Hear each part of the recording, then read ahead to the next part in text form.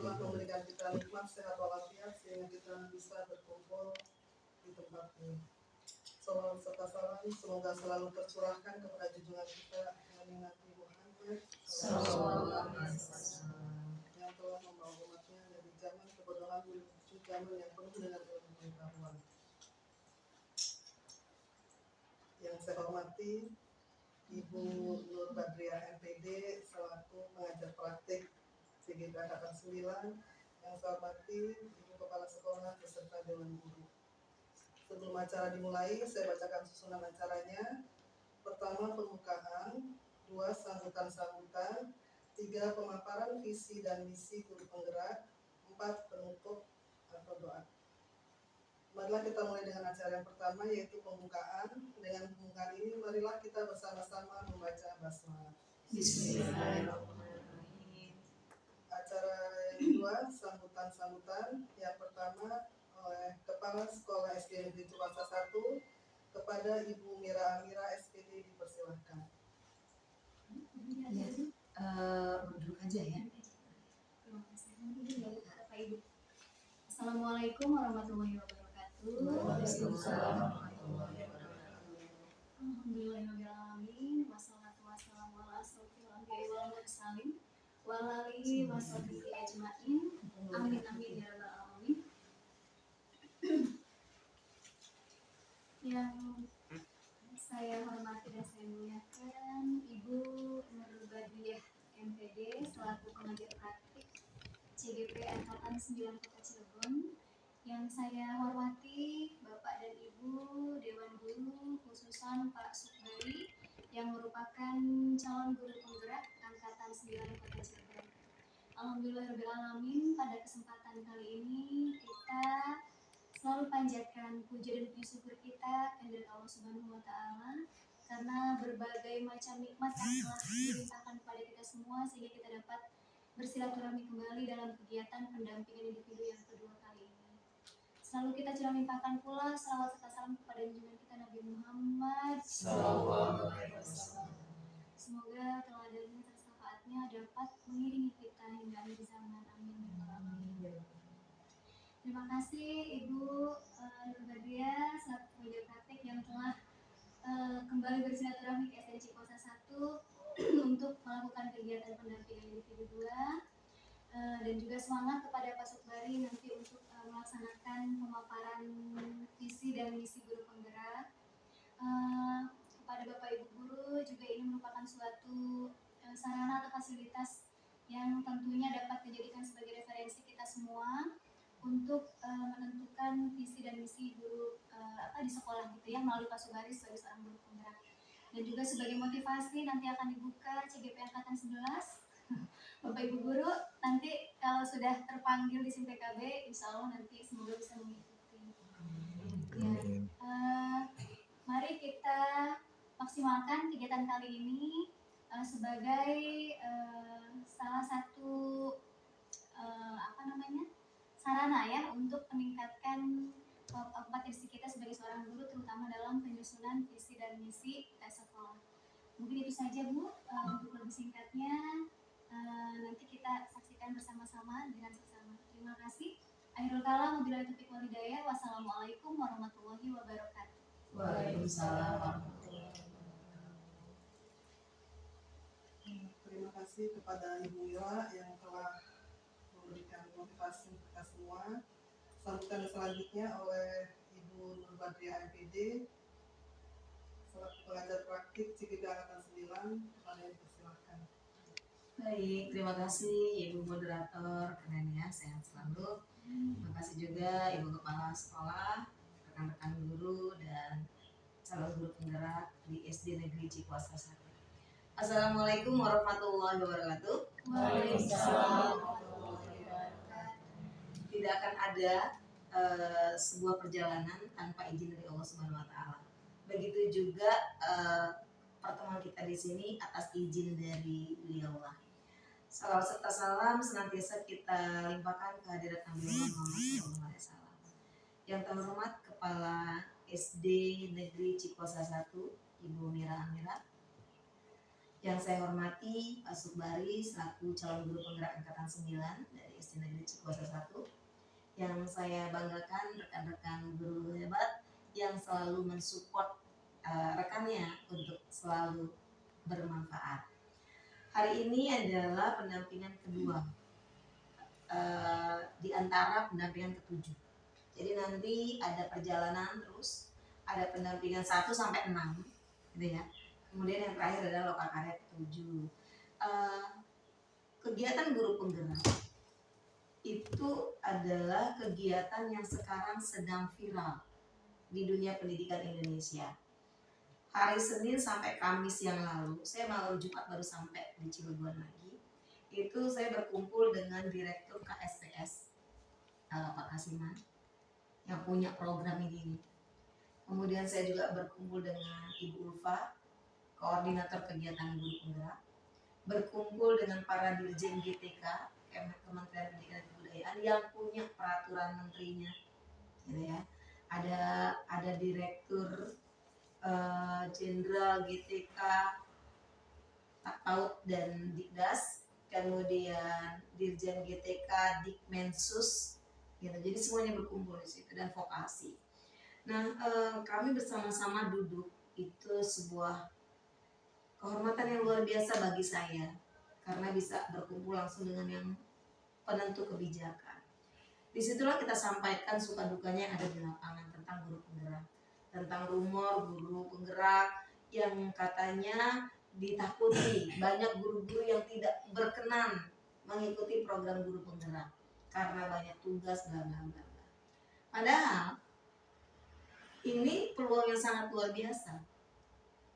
Kemarin di hari Senin, Direktur KSPS itu menandatangani yang kedua, guru penggerak yang diberikan sertifikat untuk menjadi calon kepala sekolah dan calon pengawas. Ada 7.000 sertifikat yang ditandatangani beliau.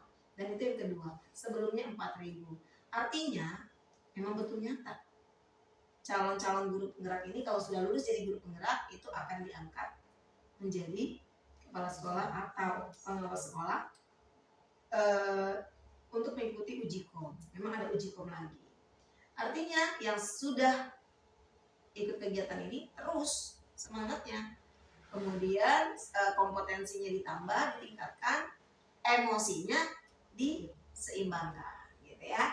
Karena minusnya calon guru-guru penggerak yang calon jadi kepsek dan pengawas ini emosinya belum stabil, khawatir sombong karena wah udah ini nih gitu ya.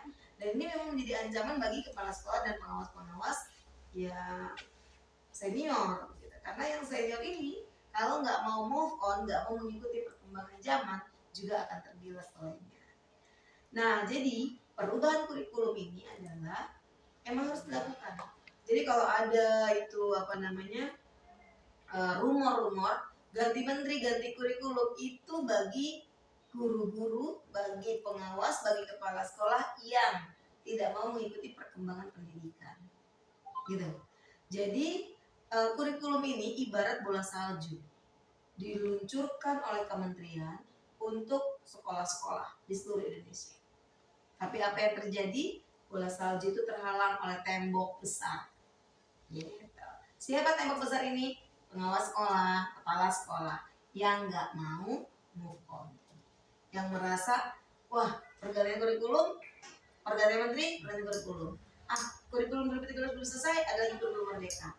Sampai kapan kurikulum berubah? Katanya. Padahal kita ini adalah mendidik generasi-generasi yang akan hidup di masa datang. Pendidikan ini adalah mempersiapkan generasi masa depan, bukan generasi masa lalu. Jadi jangan ajarkan kepada generasi-generasi yang sekarang ini tentang cara bagaimana menggapai masa lalu. Jangan ajarkan materi-materi masa lalu karena udah lewat. Jadi karena kita sebagai pendatang, karena ini adalah zaman milenial, zaman milik mereka. Artinya kita harus mengikuti perkembangan yang ada di zaman sekarang.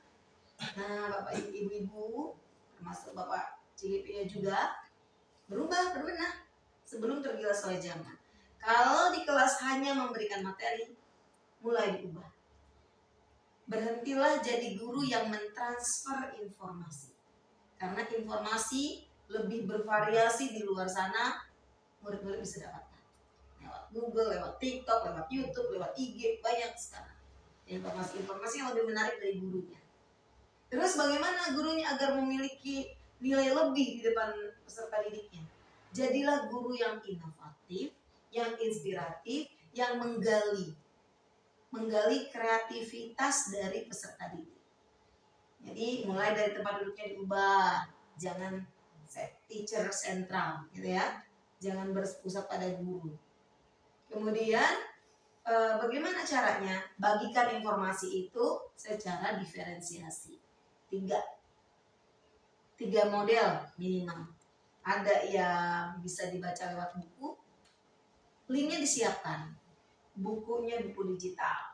Ada yang sumber belajarnya lewat YouTube, linknya siapkan, jangan biarkan mereka mencari link sendiri.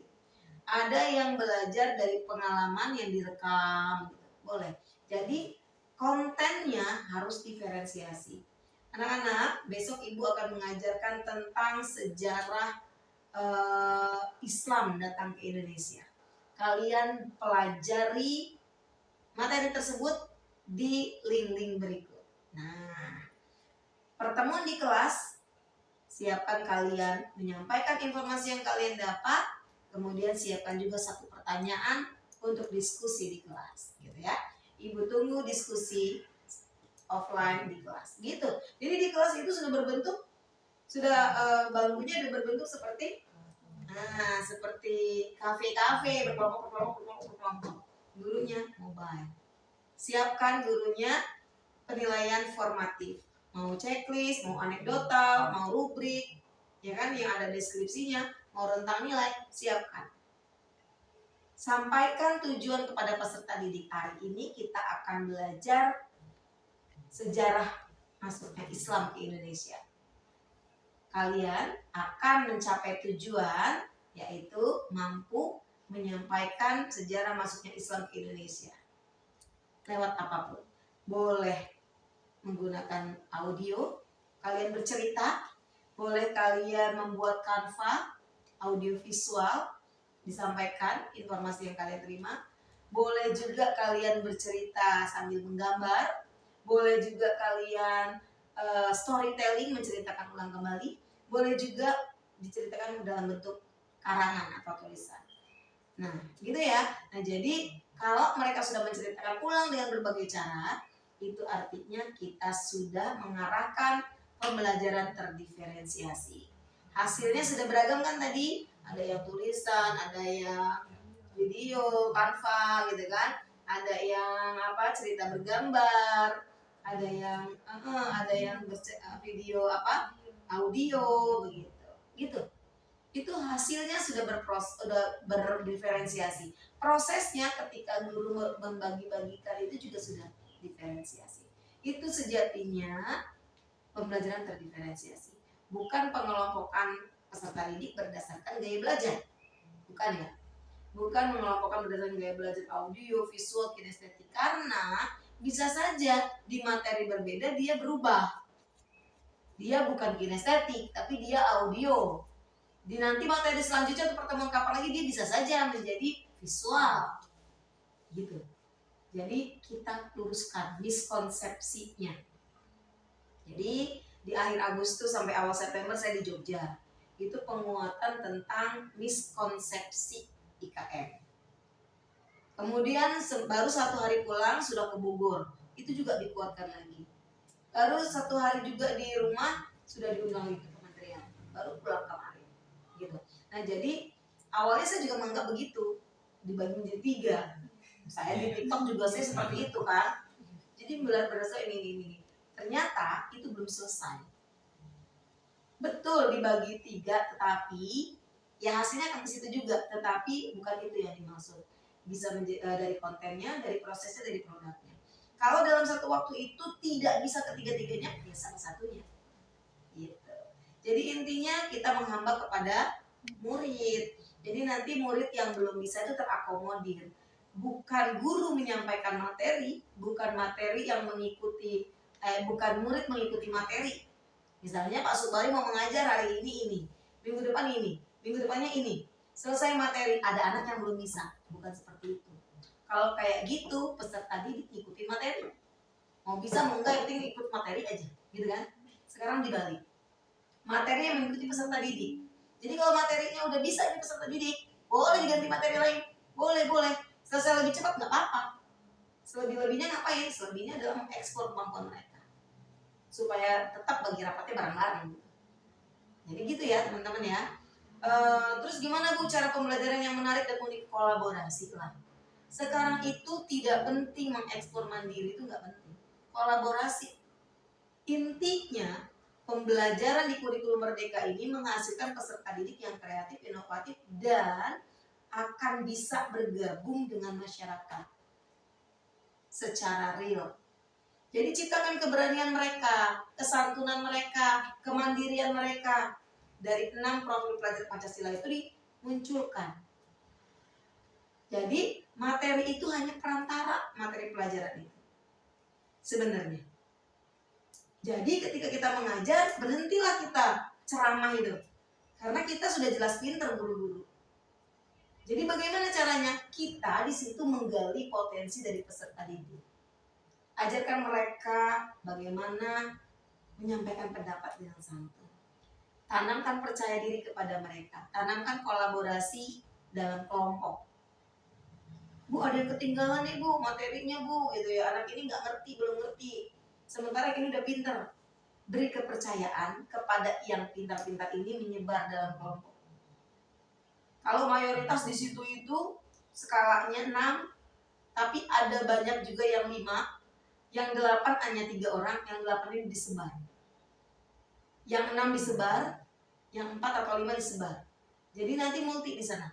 Multi talent, multi kognitif. Nah, di situ yang pintar ini jangan dibilang kamu pintar nyebarin ke yang enggak begitu. Coba yang ini bertugas menyampaikan informasi ke ini. Nanti yang low itu diminta menyampaikan ulang ke kelompok yang lain. Nanti kapan-kapan saya akan coba praktikan di kelas. Nanti di kelas itu mobile. Jadi kita misalnya ada 20 siswa, dalam satu hari itu 20 siswa itu bisa bergantian dalam kelompok yang berbeda. Di mata pelajaran yang berbeda juga bisa. Misalnya kita akan membentuk 5 kelompok, hitung berlima, 1 sampai 5, 1, 2, 3, 4, 5, 1, 2, 3, 4, 5, 1 dengan 1, 2 dengan 2, 3 dengan 4 dengan 4, 5 dengan 5. Silakan pelajari ini, konten ini sesuai dengan apa yang kalian minati. Ada yang mereka buka YouTube, ada yang baca bukunya, ada yang ngedengerin gitu. Terserah cara mereka buka yang mana.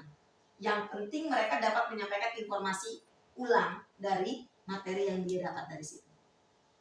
Kasih waktu 3 menit untuk belajar dari materi itu. Coba sih. Udah siap, baru ditukar lagi. Hitung lagi 5, ngumpul. Nah, yang kelompok ini silakan pilih 1 untuk menyampaikan materi yang dia punya. Yang ini begitu. Putar lagi, gitu terus. Sampai akhirnya mereka itu tidak monoton duduknya. Ini ajak mana-mana berdua, ini berdua, enggak. Jadi nanti yang biasanya diem-diem jadi aktif berbicara. Sehingga kita punya catatan, mana nih siswa yang belum berbicara nih? Punya. Nah, besoknya dia dijadikan narasumber yang lain mendengarkan begitu terus. Asik. Jadi pembelajaran itu tuh nggak monoton, asik. Itu yang diharapkan oleh kurikulum Merdeka. Ya. Terus nanti guru-guru yang kira-kira lambat untuk teknologinya nggak masalah. Berdayakan peserta didik. Anak-anak ini punya konsep begini nih, nah, kalian bermain peran. Tapi nanti muncul video, gimana tuh? Kalian lebih pintar dari ibu. Gitu. Jadi berdayakan mereka. Gitu. Terus penilaian teman-teman ini, baik negeri, swasta, itu ada di kepala sekolah. Jadi udah nggak ada lagi tuh kenaikan golongan seperti begitu-begitu begitu. Sekarang kinerja. Terus Bu, nggak boleh nulis dong, nggak kreatif dong, nggak ikut pelatihan dong. Kinerja. Semakin banyak dia bermanfaat untuk orang lain, kinerjanya sangat baik. Cepat naik golongannya, nggak nunggu 2 tahun, 5 tahun, 4 tahun, nggak nunggu begitu. Gitu. Jadi berikan yang terbaik untuk kepala sekolah. Bahkan calon guru penggerak itu ada atau tidak itu tergantung di kepala sekolahnya. Jadi kalau banyak guru penggeraknya, kepala sekolahnya berarti hebat. Kalau nggak ada guru penggeraknya berarti kepala sekolahnya kurang hebat. Jadi harus itu titiknya dari kepala sekolah. Sekolah penggerak pun kalau kepala sekolahnya lulus itu jadi sekolah penggerak. Kepala sekolah yang pindah sekolah penggeraknya ikut kepala sekolahnya. Memang begitu. Nah, jadi penilaiannya ada di kepala sekolah. Pengawas sekolah nanti tinggal menilai kepala sekolah. Makanya supervisi itu pengawas sekolah cukup melihat hasil dari supervisi kepala sekolah. Makanya kepala sekolah itu harus rajin coaching dengan pengawasnya. Kepala sekolah harus rajin mengcoaching guru-gurunya supaya tahu permasalahan yang ada di kelas. Gitu ya teman-teman ya. Dan yang belum punya golden ticket untuk jadi kepala sekolah dan pengawas, semangat dong ya. Nggak usah nunggu-nunggu nanti aja saya mau begini-gini, saya mau udah tua, enggak. Di sana, di atas sana itu nggak akan melihat orang-orang yang menunggu, nggak akan. Ya. Contohnya saya aja, saya pengawas baru kemarin sore lahir, tapi saya bisa set karena kita nggak boleh menunggu. Masih banyak PR kita. Dan marketplace itu nggak melihat dia guru di Cilegon, guru di Papua, guru di Manado, enggak. Tapi lihat guru mana yang aktif di TikTok, di YouTube, itu dicari. Klik. Jadi sekarang zamannya media. Jangan anti media, karena anak-anak itu adanya di sana. Kalau guru-gurunya banyak di sana, para sekolahnya ada di sana, mereka mau nyebarin aneh-aneh, wah nanti guru saya lihat. Gitu. Itu juga jadi sebagai alat kontrol. Jangan, yuk kita mau orang TikTok, karena apa tuh ngejoget-joget. Yang joget biarin joget, kita mau tetap kasih materi. Gitu ya teman-teman ya. Jadi tetaplah menjadi orang yang bermanfaat, karena orang yang bermanfaat itu akan menaikkan derajat. Itu saja closingnya. Hari ini kita akan mengubah menyelaraskan visi dari guru penggerak dengan visi sekolah. Kalau visi sekolahnya masih tidak berpusat kepada peserta didik, akan kita ubah sedikit aja, gitu ya. Intinya di dalamnya berpusat pada murid, ada profil pelajar Pancasilanya, ya. Kemudian teman-teman ini mau memimpikan itu sekolah yang seperti apa, memimpikan memiliki murid yang seperti apa. Terus teman-teman tuh bermimpi, teman-teman tuh ingin menjadi siapa, gitu. Kalau kita mau udah hebat, ya kita ini udah hebat. Kalau nggak hebat nggak ada di sini. Jadi syukurilah teman-teman punya profesi yang mulia seperti ini. Di luar sana nggak terhormat, banyak profesi yang nggak terhormat, ya kan? Profesi yang nggak nyaman juga banyak. Kalau kita jauh dari korupsi, karena yang dihadapkan kita adalah peserta didik. Ketika kita mau nyeleweng, ingat, waduh, guru-guru nggak boleh. Gitu ya. Jadi tetaplah semangat, karena perubahan ada di tangan kita. Itu saja. Wassalamualaikum warahmatullahi wabarakatuh.